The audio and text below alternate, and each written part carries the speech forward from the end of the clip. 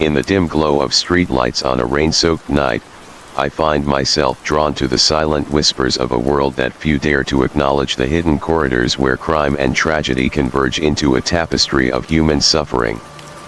Welcome to Inside the Criminal World, where every shadow hides a story, every tear carries the weight of unspoken regret, and every heart once shattered in the wake of injustice still beats with the remnants of hope. Tonight, we begin our journey into these forgotten depths, a journey marked not by sensationalism, but by the raw, aching truth of lives that have been irrevocably altered by the merciless hand of fate.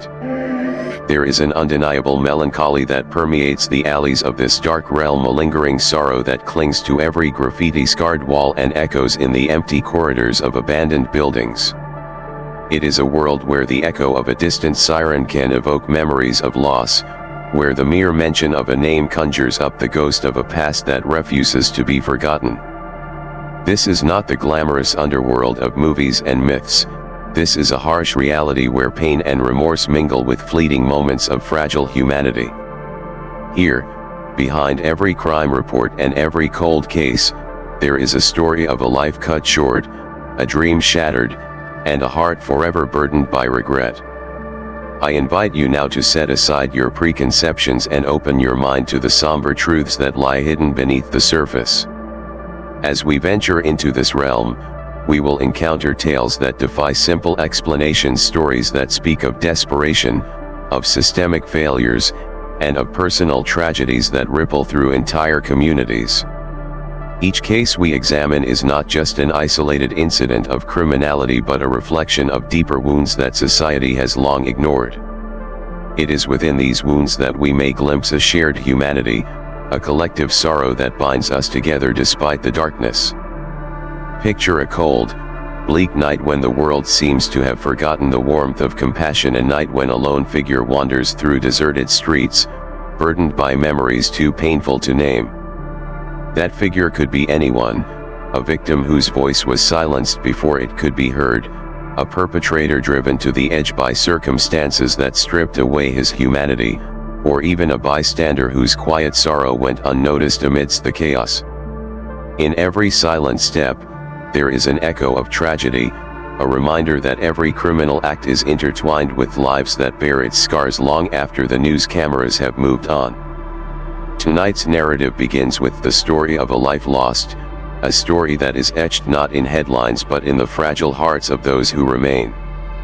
Imagine a young soul whose potential was cut short, a child with dreams of endless possibilities, abruptly snatched away in a moment of unspeakable violence.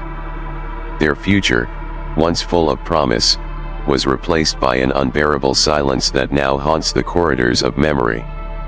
This is the human cost of a crime that left a void too vast to fill, a void that echoes in the quiet moments when the world seems to pause and remember. In our exploration, we will delve into the labyrinth of emotions that arise in the wake of such tragedies: the deep, unyielding sorrow that consumes families, the relentless guilt that torments those left behind, and the overwhelming despair that can sometimes blur the line between justice and revenge.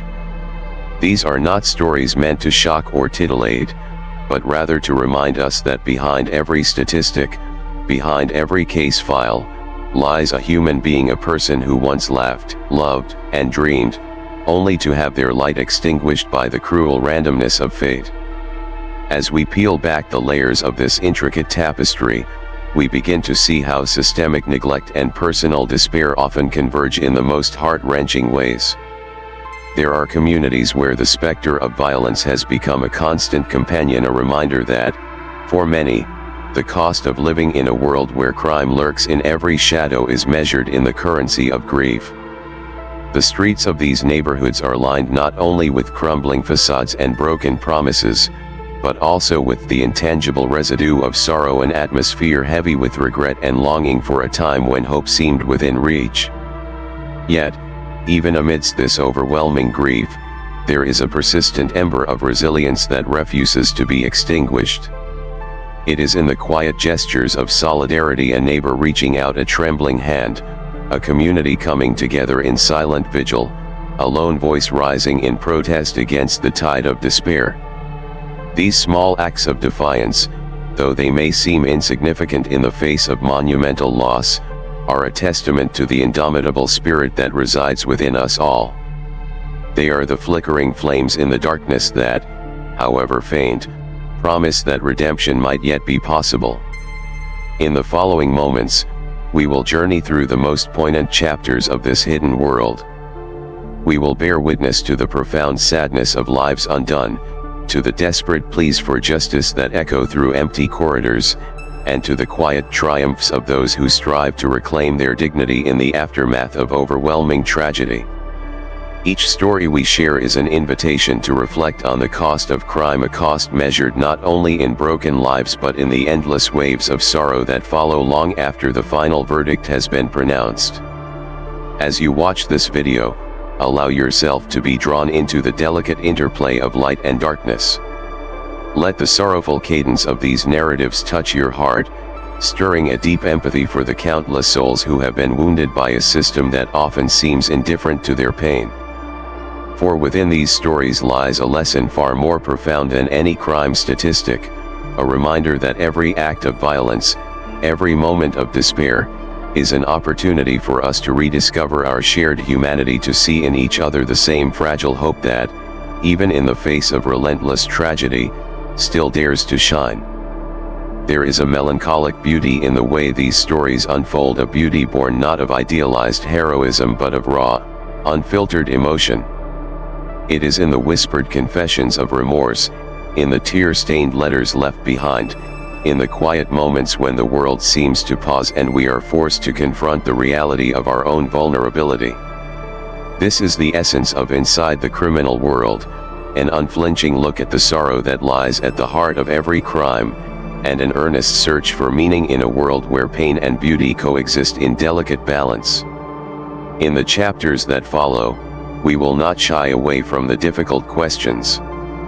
We will ask how a society can allow such darkness to fester, how individuals can bear the crushing weight of regret, and how, in the end, we might find the courage to forgive, not in order to absolve the guilty, but to heal the deep wounds inflicted upon the innocent. Our exploration is not an endorsement of despair, but a call to confront it head-on, to understand that in every moment of anguish there exists the potential for profound transformation. Let this video serve as an open invitation, a call to join us in exploring the hidden recesses of a world that is as much about our collective failures as it is about our individual stories. As we peel back the layers of sorrow and expose the raw truths buried beneath, we may find that the path toward healing begins with acknowledging the full spectrum of our emotions. It is only when we allow ourselves to feel the deep pain of loss, to honor every tear and every whispered memory, that we can begin to forge a future built on compassion, understanding, and the unyielding belief that even in the aftermath of our darkest hours, there is hope for redemption. Tonight, as you settle into the quiet of your own space, I invite you to listen not only to the words we share but to the silent stories that resonate within your heart. For in the somber notes of this narrative lies a truth that transcends the boundaries of crime and punishment, that every life touched by sorrow is a testament to the strength of the human spirit, and that within the depths of our collective grief, there is the promise of renewal. In the final analysis, this is not just a story of crime, it is a story of loss, of love, and of the enduring hope that, despite everything, we are capable of rising again. With every word spoken and every tear shed in remembrance, we honor the fallen, we bear witness to the suffering, and we commit ourselves to a future where such tragedies may one day be transformed into powerful lessons of empathy and resilience. This is our journey into the heart of darkness, a journey that begins with sorrow and, if we dare to believe, may ultimately lead us to a light that shines all the more brilliantly for having emerged from the depths. As the screen fades to black and the gentle strains of a melancholic melody fill the silence, remember that you are not alone in this exploration. Every heart that beats, every soul that grieves, is part of this intricate tapestry of pain and hope. And together, we will walk this path, seeking not only to understand the darkness but to find the strength to move toward a future where redemption is not a distant dream, but a promise realized through our collective will to heal. Welcome to Inside the Criminal World. Welcome to a journey that is as much about the depths of despair as it is about the possibility of transformation, a journey that reminds us that even in our darkest moments, the light of compassion can guide us toward a better tomorrow. Whispers of the past. I can still recall the cool embrace of that autumn night in 1988, a night when the ordinary sounds of falling leaves gave way to a subtle, unsettling murmur that hinted at hidden sorrows in Waziyang. I wasn't yet a seasoned investigator, but rather a seeker drawn by an irresistible pull toward the mysteries concealed within a quiet rural town. The story began with a quiet phone call, a simple message from a friend in law enforcement, his tone low and heavy with unspoken grief. A case had unfolded, one that defied the mundane, where the life of a 13-year-old girl was abruptly extinguished in a manner too painful to fully articulate. I was asked to witness the scene, to step into a world where ordinary existence had been marred by an act of unimaginable cruelty. As I navigated the narrow, winding lanes of Waziyang, I sensed an odd juxtaposition, familiar, comforting images of small-town life intermingled with an intangible foreboding. The modest houses, once bastions of community warmth, now stood as mute relics of a tragedy that had unsettled their every corner. Arriving at the unassuming home, I felt each step echo with the weight of lost innocence. Inside, the atmosphere was saturated with remnants of that fateful evening. Faded photographs, handwritten reports, and the hushed murmurs of those who had witnessed the aftermath all merged into a tapestry of grief and muted horror. I discovered that, despite the need to tread lightly around the stark brutality, every detail was imbued with a quiet intensity, a challenge to capture the full spectrum of human vulnerability without succumbing to sensationalism.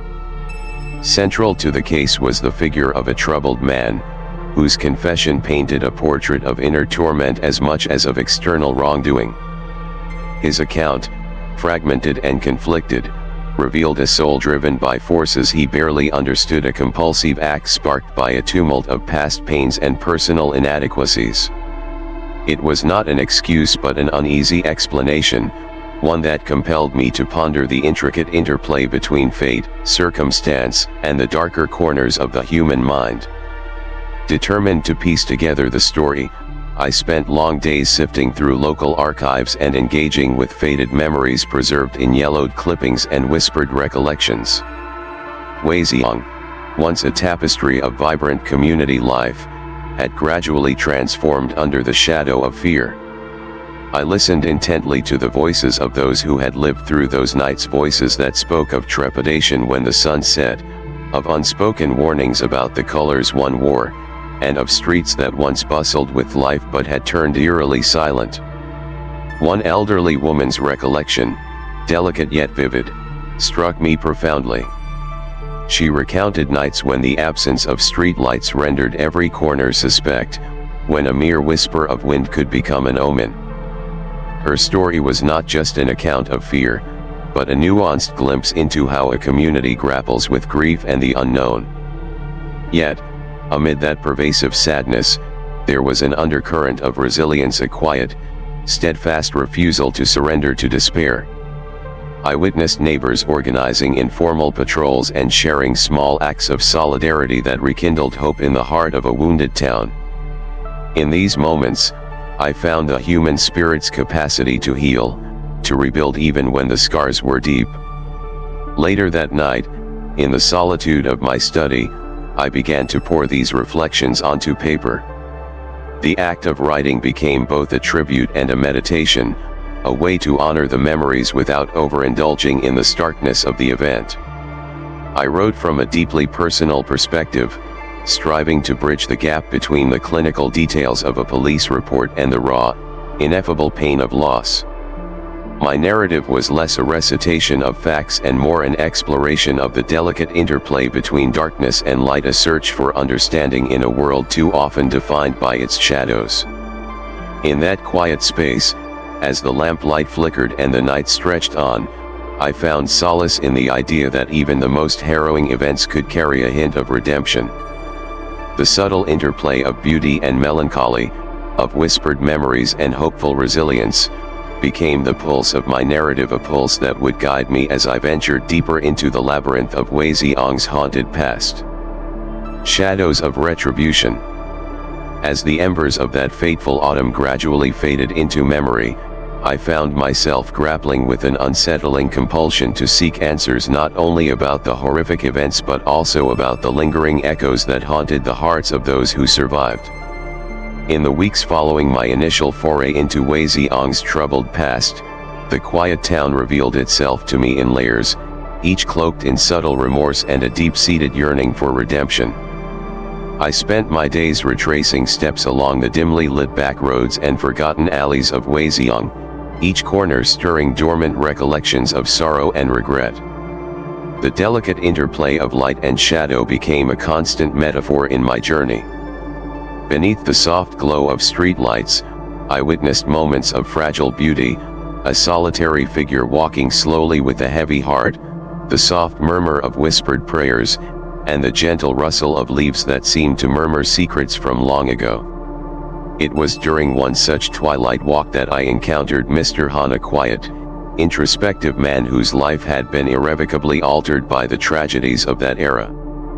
His face bore the marks of hardship, yet in his eyes shone a determined glimmer. We talked at length, his voice low and steady as he recounted how the once familiar streets had transformed into a labyrinth of fear. He spoke not of the explicit details of violence but of an overwhelming atmosphere of mistrust that had gripped the community.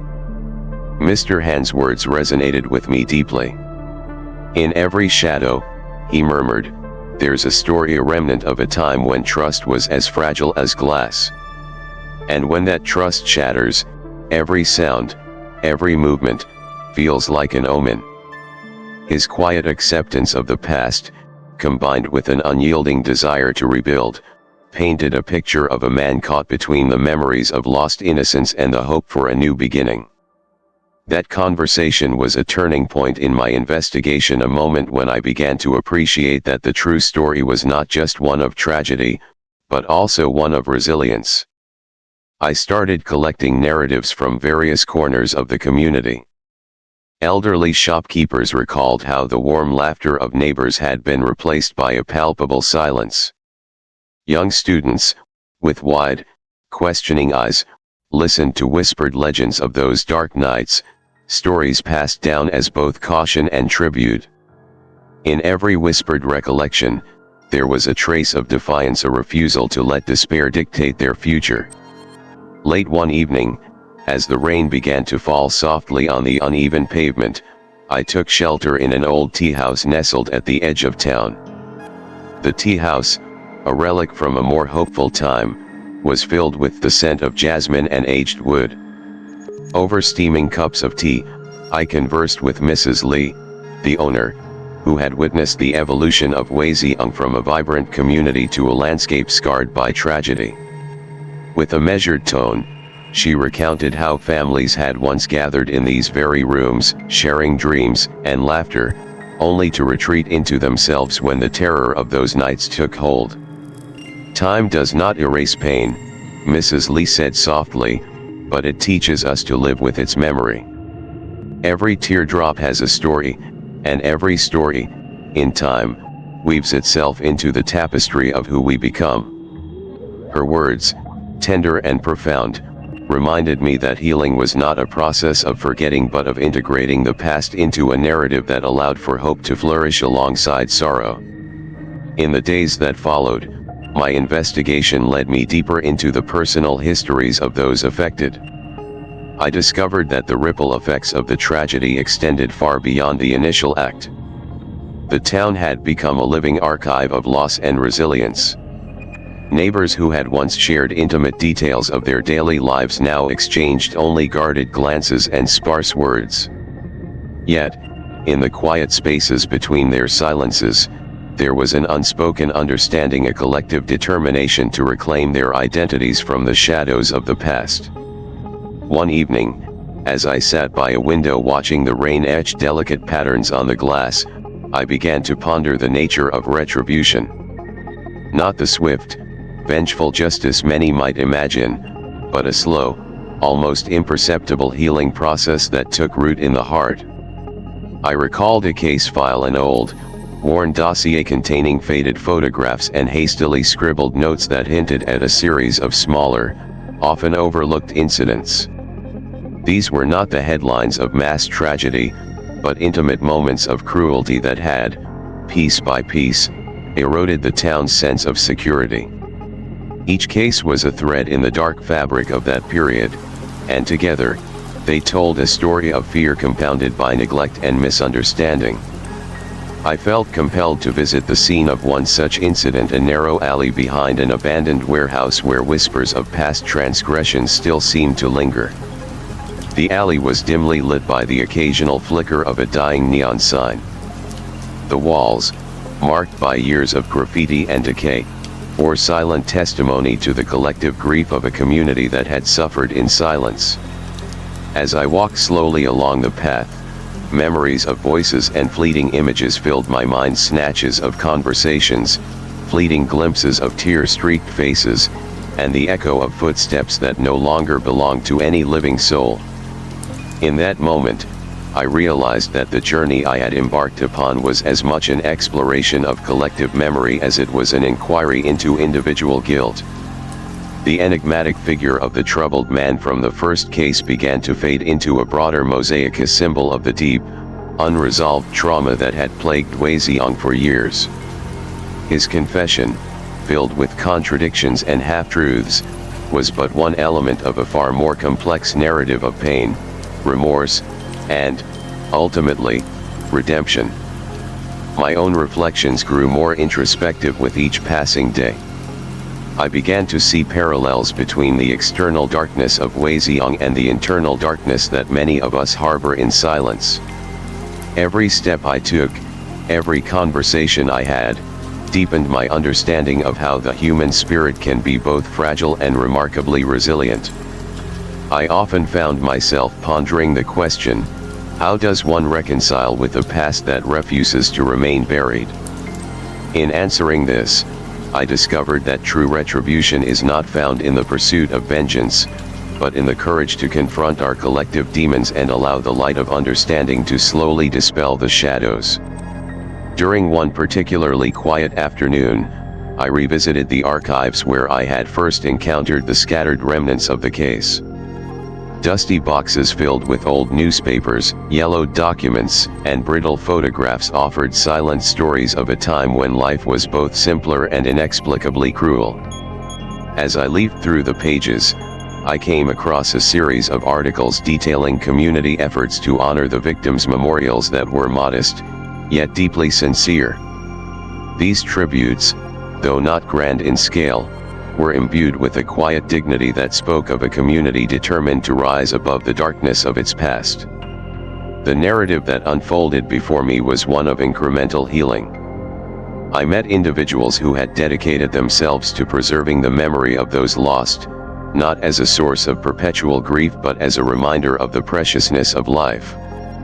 In one such encounter, I spoke with a young teacher, Mr. Kim, who had initiated a project in his classroom to record the oral histories of local elders. With gentle determination, he explained that by allowing these stories to be told, the wounds of the past might begin to mend, and future generations could learn the value of compassion and vigilance. Mr. Kim's passion for storytelling rekindled in me a renewed sense of purpose. Here was the bridge between the dark past and the hopeful future, a promise that even the deepest scars could one day serve as a foundation for a more empathetic, aware community. As I listened to his vision, I felt an inner stirring, a gentle call to honor the delicate balance between remembrance and progress. In my own writing, I began to experiment with the narrative form, blending factual recollection with the subtle art of creative expression. I allowed my emotions to guide the flow of words, crafting sentences that danced between the somber tones of loss and the delicate hues of hope. The resulting manuscript was not a mere chronicle of events, but an introspective journey into the heart of a town and, in many ways, into the soul of humanity. The nights grew longer as I delved deeper into these layered accounts. I often found myself awake well past midnight, the only sound the steady tick of an old clock and the soft patter of rain against the window. In those quiet moments, thoughts of retribution and redemption intertwined in my mind. I recalled the notion that true healing might not come from the punishment of a single man, but from the collective effort of a community willing to confront its past with both honesty and compassion. One night, under the silvery glow of a full moon, I wandered to a small memorial garden, a modest space where names were etched in stone and memories were carefully preserved in the rustling of wind-blown trees. Sitting on a worn bench, I allowed the cool night air to wash over me as I contemplated the meaning of justice. In that silent communion with nature and memory, I realized that while the scars of Weixiang could never be completely erased, they could serve as a somber reminder of the importance of empathy, vigilance, and the relentless pursuit of truth. In the weeks that followed, I began drafting a detailed account of my experiences, an account that wove together the voices of Mr. Han, Mrs. Lee, Mr. Kim, and countless others whose lives had been irrevocably altered by the tragedies of the past. I meticulously recorded each detail, ensuring that the narrative flowed seamlessly from one revelation to the next. My writing took on a life of its own, evolving into a tapestry of interconnected memories that transcended the confines of mere factual reporting. Yet, despite the many layers of pain and loss I encountered, there was an undeniable undercurrent of hope. The story I was piecing together was not meant to sensationalize the horror but to serve as a tribute, a delicate balance of remembrance and renewal. Every encounter, every whispered recollection, added a new dimension to the narrative, reminding me that even in the depths of despair, the human spirit can kindle sparks of resilience. As I sat by my desk one rainy afternoon, pen poised above paper, I felt a profound gratitude for the opportunity to bear witness to such a transformative journey. The town of Weixiang, with all its shadows and light, had become both a muse and a mirror, a reflection of the complexities of our shared existence. In the quiet interplay between recollection and revelation, I began to see that the essence of retribution lay not in revenge, but in the quiet act of remembrance, a tribute to lives lost and a promise to guard against future transgressions. Thus, as part 2 of my narrative draws to a close, I am left with the lingering sense that the past, though indelible, need not dictate the future. The journey toward healing is ongoing, marked by moments of pain, reflection, and ultimately, an unwavering commitment to the truth. I look forward to uncovering more of these intertwined stories in the chapters yet to come, a testament to the enduring power of memory, compassion, and the hope that even the darkest night can give way to the soft light of dawn. Echoes of the Forgotten. In the days that followed my encounters with the people of Weixiang, I began to feel that the true essence of the past was not confined to individual testimonies. It resonated in the very air of the town, in its quiet, unspoken rituals, and in the faded landmarks that bore silent witness to long-forgotten sorrows. Every step along its uneven streets stirred a mixture of memories and mysteries, urging me to confront the echoes of a past that seemed to whisper through every forgotten corner. I found myself drawn to an abandoned schoolhouse on the outskirts of town, a structure that had once been filled with the vibrant chatter of children, now reduced to a crumbling relic of lost time. As I walked through its silent halls, I could almost hear the ghostly laughter and feel the pulse of youthful dreams. In that desolate space, the interplay of light streaming through shattered windows and the deep, resonant shadows cast by aging walls evoked a poignant reminder: the passage of time does not erase sorrow, it transforms it into a quiet, lingering ache. There, amid the echoes of the past, I discovered a small, weathered journal left behind by an unknown teacher. Its pages, yellowed and fragile, contained handwritten notes, reflections on the days before the darkness descended upon Weixiang. I was struck by the tender candor with which the teacher had chronicled the hopes and fears of her students, interweaving the narrative of daily life with the foreboding of events yet to come. In one entry, she described how the sound of the wind was like a chorus of forgotten voices, each carrying a fragment of memory, a whisper of lives that had been forever altered. This journal, like a fragile bridge to a bygone era, compelled me to re-examine my understanding of the tragedy not merely as an isolated horror, but as part of a larger tapestry of human vulnerability and resilience. My investigation led me next to the dilapidated memorial park at the heart of Weixiang, a space where time had etched the names of those lost into cold stone. Each inscription seemed to speak of a personal story, a life interrupted by fate's cruel hand. I spent hours seated on a worn bench beneath a gnarled oak, absorbing the silence that was both heavy and healing. In that quiet solitude, I reflected on the nature of remembrance. It became clear to me that memory, no matter how painful, held the power to illuminate the path toward redemption. The park was more than a graveyard of names. It was a living chronicle of hope, a silent promise that even in the absence of physical presence, the spirit of a community endures. I soon encountered an old friend, Mr. Choi, who had remained in Weixiang throughout the years, steadfast in his commitment to preserving the town's legacy. Over a modest meal at a small, time-worn diner, we spoke not only of the events that had torn the community apart but also of the slow, deliberate process of healing that had unfolded since. Mr. Choi's narrative was intimate, laced with both regret and a cautious optimism. He recalled how, in the aftermath of the tragedy, the town had rallied together in unexpected ways, neighbors forming support groups, local artisans crafting memorial pieces, and even children finding solace in playful expressions of resilience. His words painted a portrait of a community determined to redefine its identity, one marked not solely by loss, but also by an enduring capacity for renewal. That evening, as twilight draped the town in a soft, forgiving light, I returned to my temporary lodging, a small, modest room with a single window overlooking a quiet street. The interplay of light and darkness outside my window sparked a cascade of reflections within me.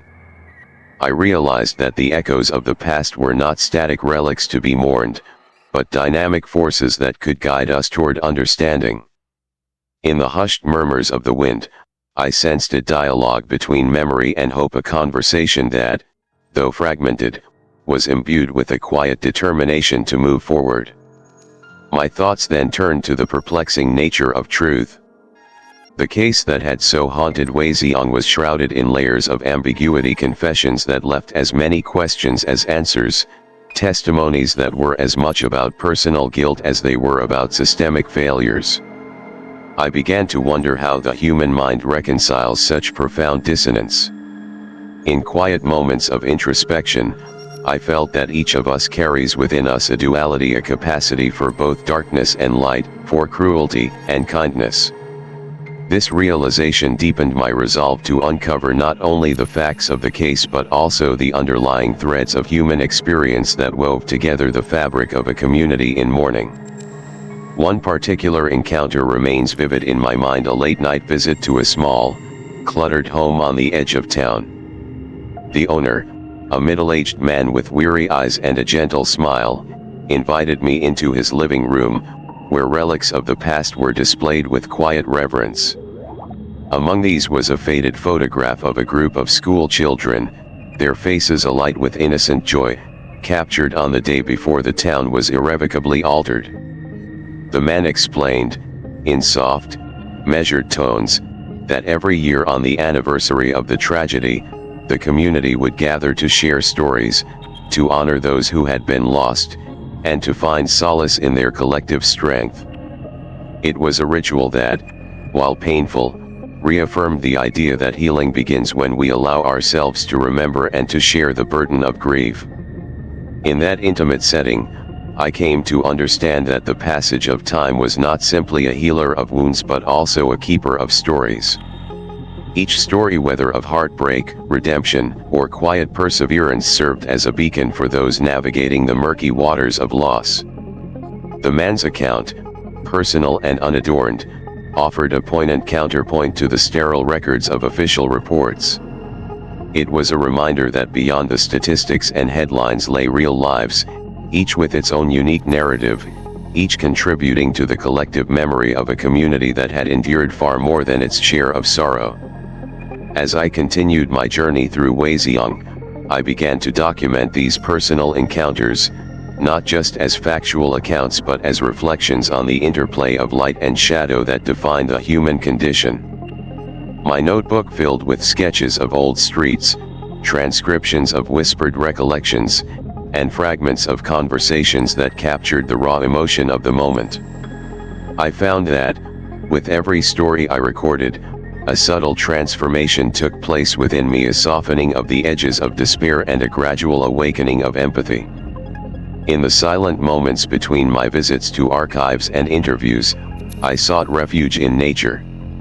A solitary walk along a narrow path that wound through fields of tall grass under a vast, starlit sky offered a brief respite from the weight of collective memory.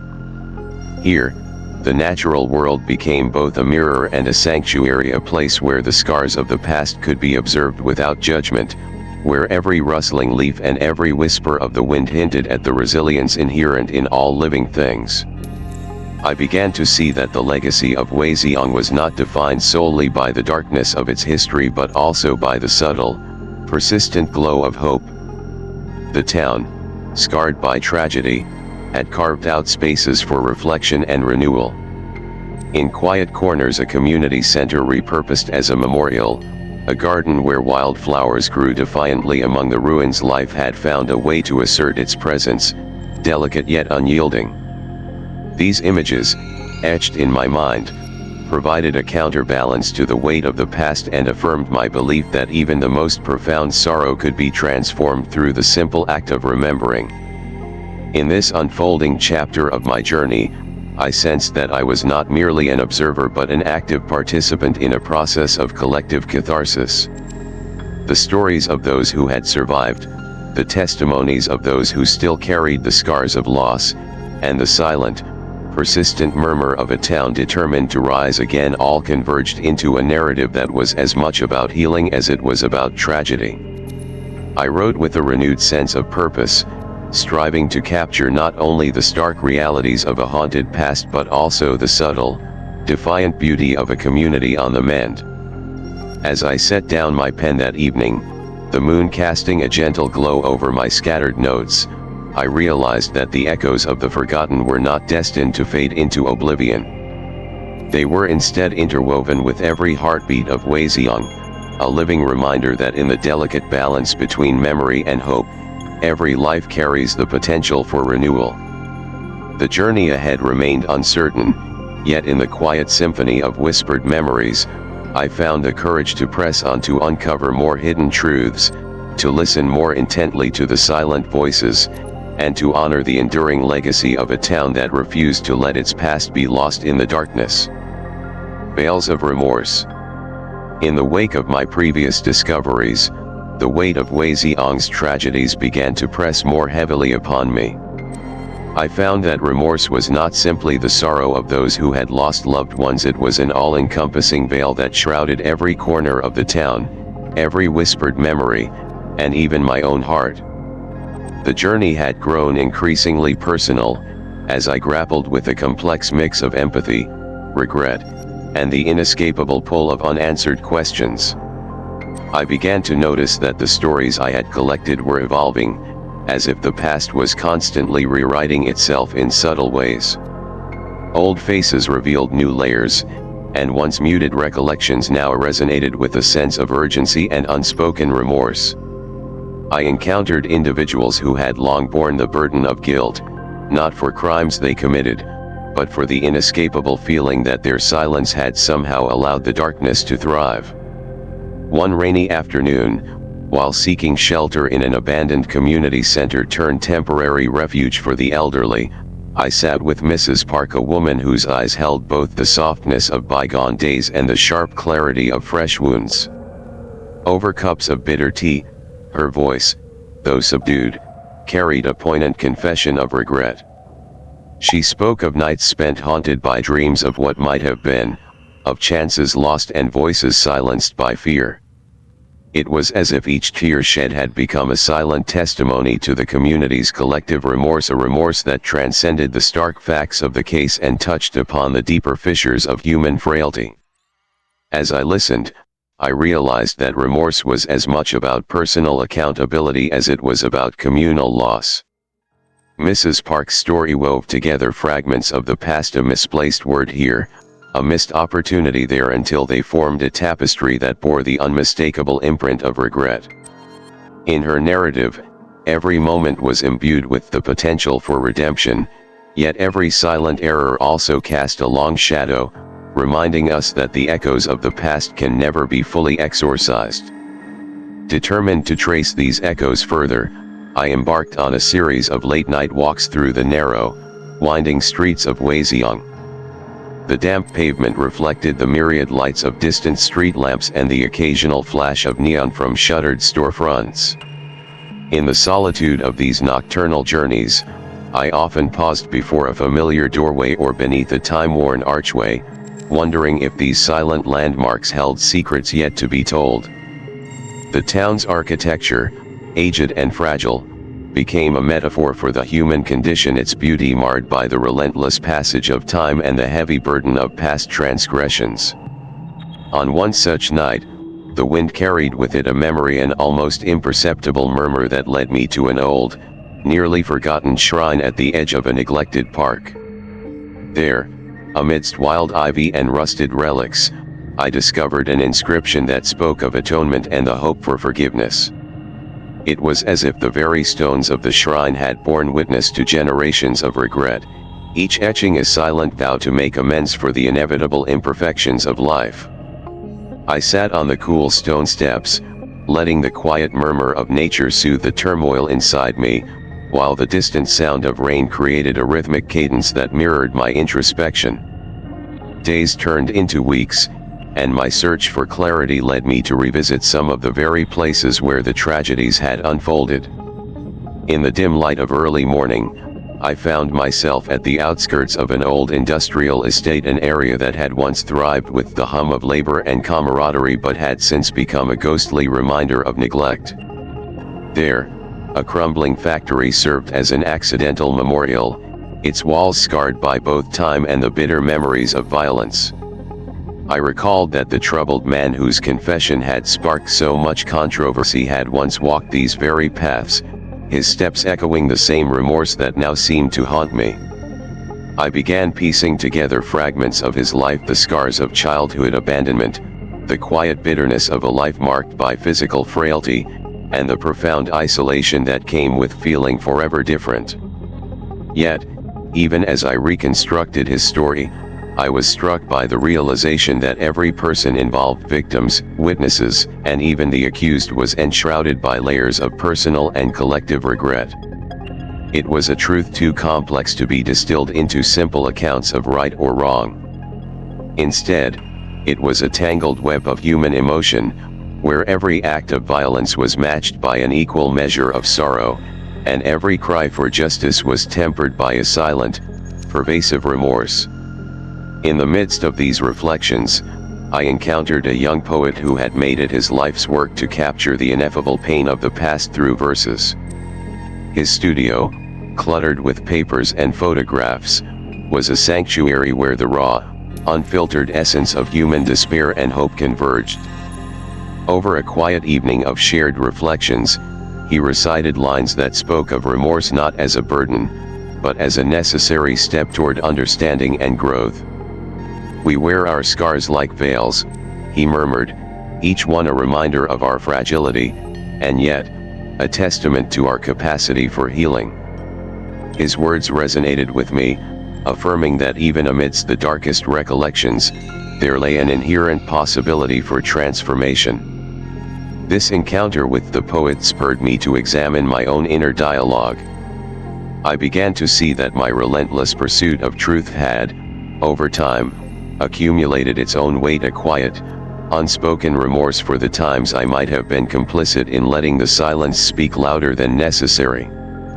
Each step I took through the winding alleys of memory was not only a journey into the external world of Wei Ziyang's scars, but also a voyage into my own heart, fraught with regrets of my inaction and the painful recognition of my limitations.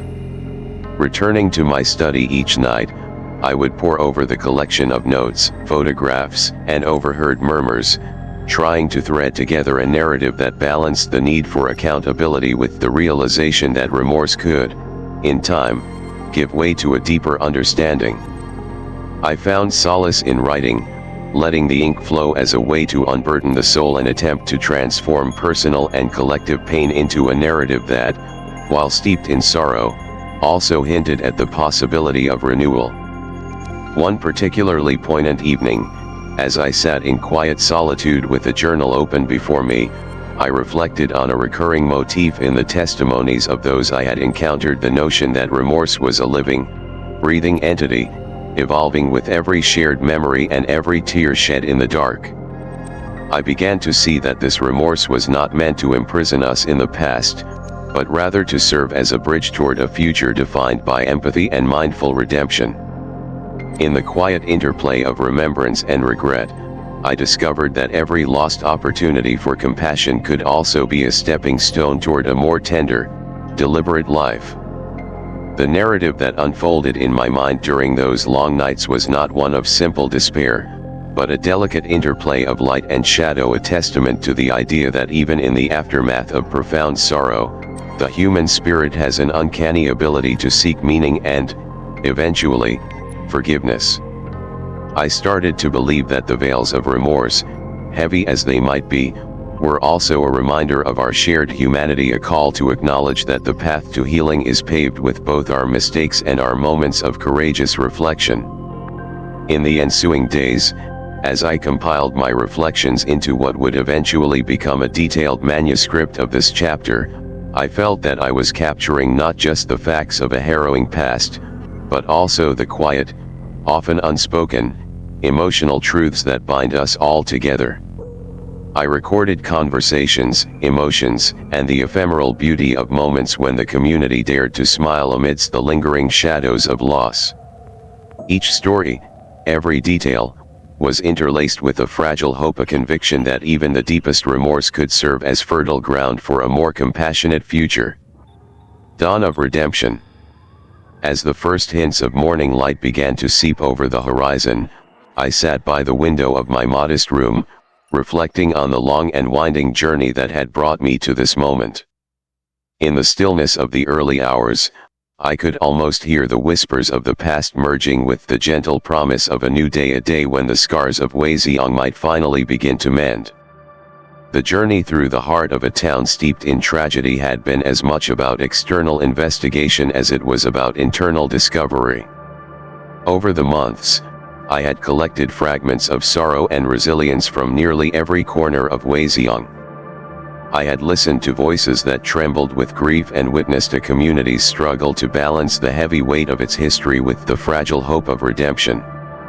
Now, as I prepared to record my final reflections, I felt compelled to honor both the victims and the survivors, a dedication not to a single narrative of loss, but to the complex tapestry of human experience that had unfolded before me.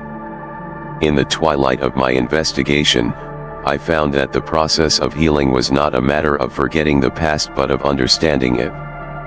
The faces I had seen, each marked by lines of worry, each bearing the invisible burden of unspoken regrets, had taught me that redemption is not an instantaneous act but a slow, deliberate journey. It is forged in the quiet moments of introspection, in the tender exchanges between neighbors, and in the small, everyday acts of courage that help rebuild shattered trust. I recalled the elderly woman whose soft-spoken warnings about the dangers of the night had once sent shivers down my spine, and the young teacher, Mr. Kim, whose dedication to preserving the oral histories of local elders rekindled a spark of hope amid pervasive gloom. Each individual had contributed to a mosaic of remembrance, where every loss was counterbalanced by an act of solidarity, every tear gave way to a gentle smile, and every silent lament became a prelude to the promise of tomorrow. One particular moment remains etched in my memory, a crisp, clear morning when the town gathered at a modest memorial in the center of Weixiang. It was an unassuming event, barely more than a quiet assembly of people holding hands and sharing stories, but in its simplicity lay a profound truth. In that gathering, I witnessed a community daring to speak openly about its pain, transforming private grief into a collective commitment to move forward. The air was heavy with both sorrow and determination, a living testament to the power of unity in the face of despair. Walking among those gathered, I realized that my role as an investigator had evolved into that of a chronicler of healing. No longer was I simply piecing together the events of a long-ago tragedy. I was witnessing the birth of a new narrative, one that recognized the depth of its wounds while celebrating the resilience that grew from them. The people of Weixiang were slowly reclaiming their streets, their memories, and their identity, step by determined step.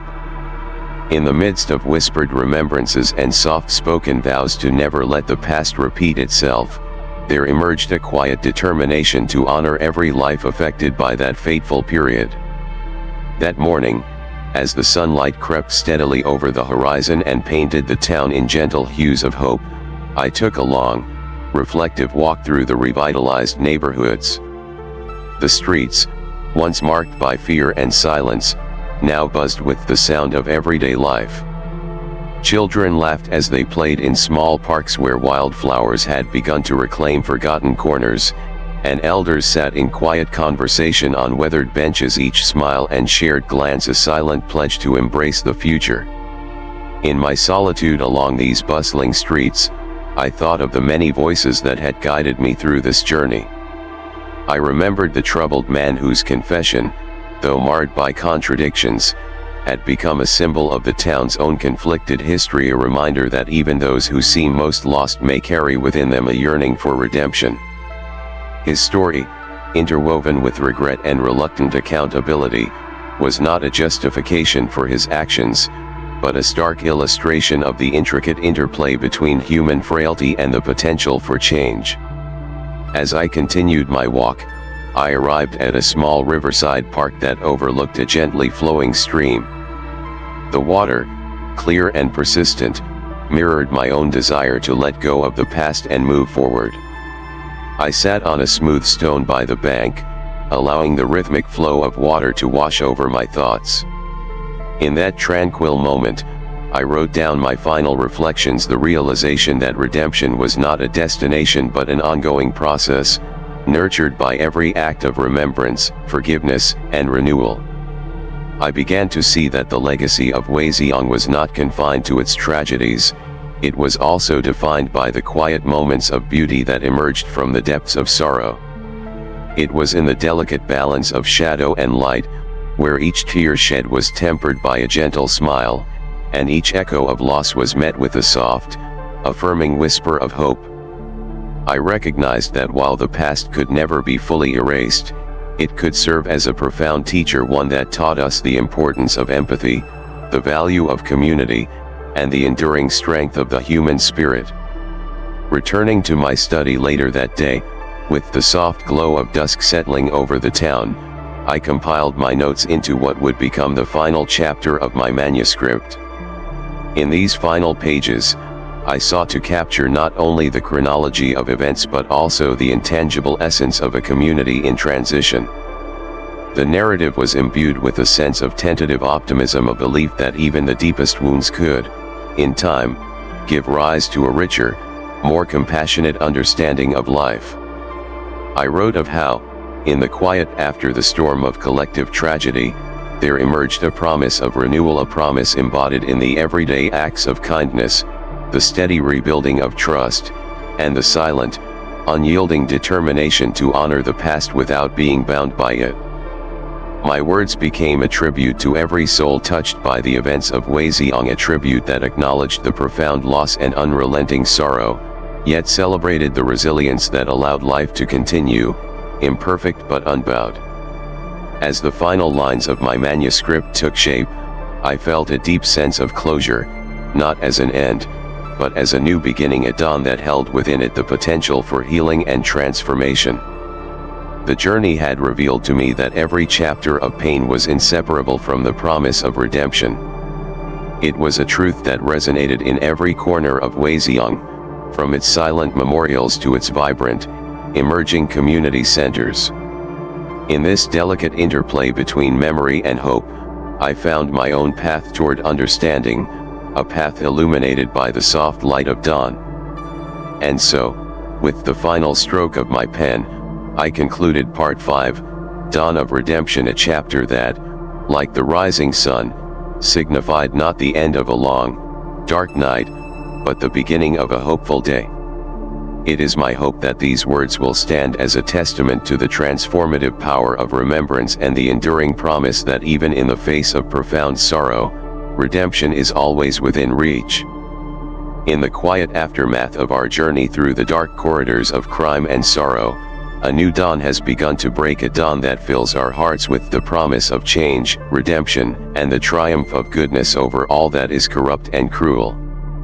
As the final notes of our exploration fade into the background, I invite you to join me in a moment of reflection and commitment, a pledge to honor the light, to celebrate the inherent goodness that thrives even in the most challenging circumstances, and to stand resolutely against the darkness that seeks to divide and destroy us.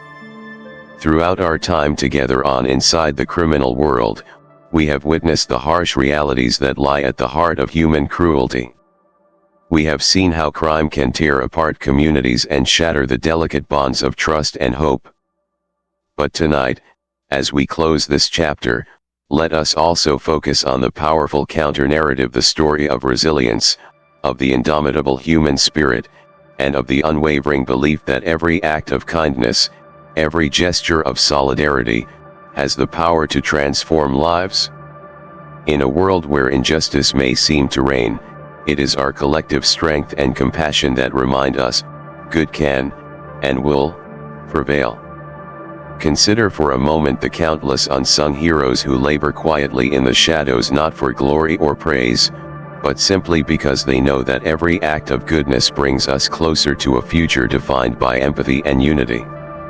These are the people who rise early to help their neighbors, who extend a hand to those who have fallen, and who stand up against injustice even when the odds are stacked against them. They remind us that true power lies not in wealth or might, but in the strength of our convictions and the warmth of our hearts. Their courage, though often unseen, is the very foundation upon which a better world is built. We must celebrate the good in every one of us. It is in the shared smile between strangers on a busy street, in the gentle reassurance given to someone in distress, and in the collective cry for justice that rises when the innocent suffer. These moments, however small, are the sparks that can ignite a blazing fire of change. Let us not be disheartened by the evils that we have uncovered, but rather, let them serve as a call to action, a reminder that every injustice, every act of cruelty, can be met with a powerful counterforce, the enduring, transformative power of love and solidarity. There is a profound truth that we must never forget: the capacity for goodness is inherent in each of us. It is the same light that guided our ancestors through centuries of hardship, the light that continues to shine even when darkness seems overwhelming. This light is our greatest weapon against the forces of evil. It reminds us that, no matter how dire the circumstances, there is always hope. Every act of kindness, every word of encouragement, and every moment of understanding is a building block in the foundation of a more just and compassionate society. In our struggle against corruption, exploitation, and violence, we have an undeniable responsibility to champion the values that define our humanity. We must speak out against injustice in all its forms, whether it is the exploitation of the vulnerable, the abuse of power by those who should protect us, or the pervasive indifference that allows suffering to continue unchecked. Let our voices rise in unison to condemn every act that devalues human life and dignity. And let our actions, no matter how modest, reflect a steadfast commitment to creating a world where every individual is treated with the respect and kindness they deserve. Our journey has shown us that the true measure of a society is not in its wealth or technological progress, but in how it cares for its people. A community that rises to support those in need, that offers refuge to the downtrodden, and that nurtures the dreams of the young is a community that is rich beyond measure. Such a society understands that the greatest treasure lies in the bonds of trust and compassion that connect us all. It is a society that knows the value of every human life and the importance of safeguarding the promise of tomorrow with the actions we take today. As we stand at this crossroads, let us cast aside cynicism and despair. Instead, let us choose hope, a hope that is not naive, but one that is hard-earned and fiercely protected. Let us be inspired by the stories of those who, despite facing unspeakable hardships, have chosen to rise above their circumstances. Their perseverance is a beacon for us all, illuminating a path forward even in the darkest of times. It is a path built on courage, integrity, and a relentless pursuit of justice. The forces of evil may be powerful, but they are not insurmountable. Every time we choose to act with compassion rather than indifference, every time we decide to defend what is right instead of remaining silent, we tip the balance in favor of the greater good. This is our truth, that even a single spark of kindness can set off a chain reaction capable of dispelling the most suffocating darkness. Our combined actions, small as they may seem, can transform communities, inspire change, and ultimately rewrite the narrative of our world.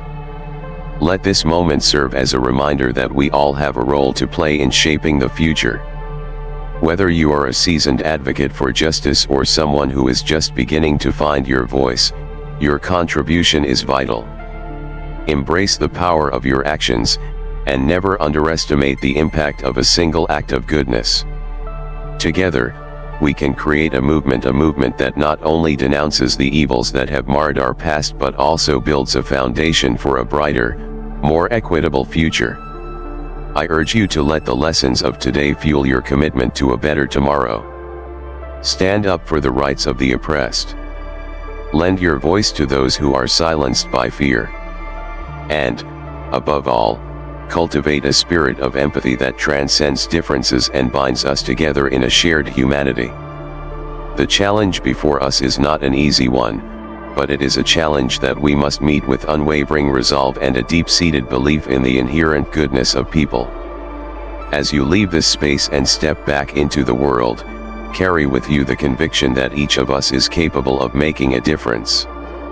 Allow the stories of sorrow and resilience to guide your actions, and let your heart be your compass in a world that sometimes seems lost in darkness. Remember that every challenge is an opportunity to stand up for what is right, to heal old wounds, and to create a legacy of compassion that will endure for generations to come. Look around you, see the faces of those who work tirelessly to mend broken communities, the hands that extend in friendship and support, and the hearts that refuse to give in to despair. These are the people who embody the change we wish to see in the world. Their lives are a testament to the power of hope, a power that rises even in the face of the most daunting adversity. Let us honor them by living out our highest ideals, by speaking truth to power, and by nurturing the seeds of compassion that lie within each of us. The road ahead may be fraught with challenges, and the shadow of past evils may occasionally loom large. Yet, it is precisely in confronting these hardships that we affirm our strength. We acknowledge that while we cannot erase the scars of yesterday, we can choose how we heal them. In doing so, we pave the way for a future where justice, equality, and love reign supreme, a future where the legacy of our efforts is measured not in the darkness we have endured, but in the light we have brought forth. And now, as we draw this transformative journey to a close, I want to extend my heartfelt gratitude to you, the viewers who have chosen to embark on this path with me. Your willingness to face difficult truths, to listen deeply, and to reflect upon your own role in shaping a more compassionate world is the greatest reward of all. Thank you for your time, your attention, and your open hearts. It is because of your engagement and your courage that the message of hope can flourish even in the most unlikely places.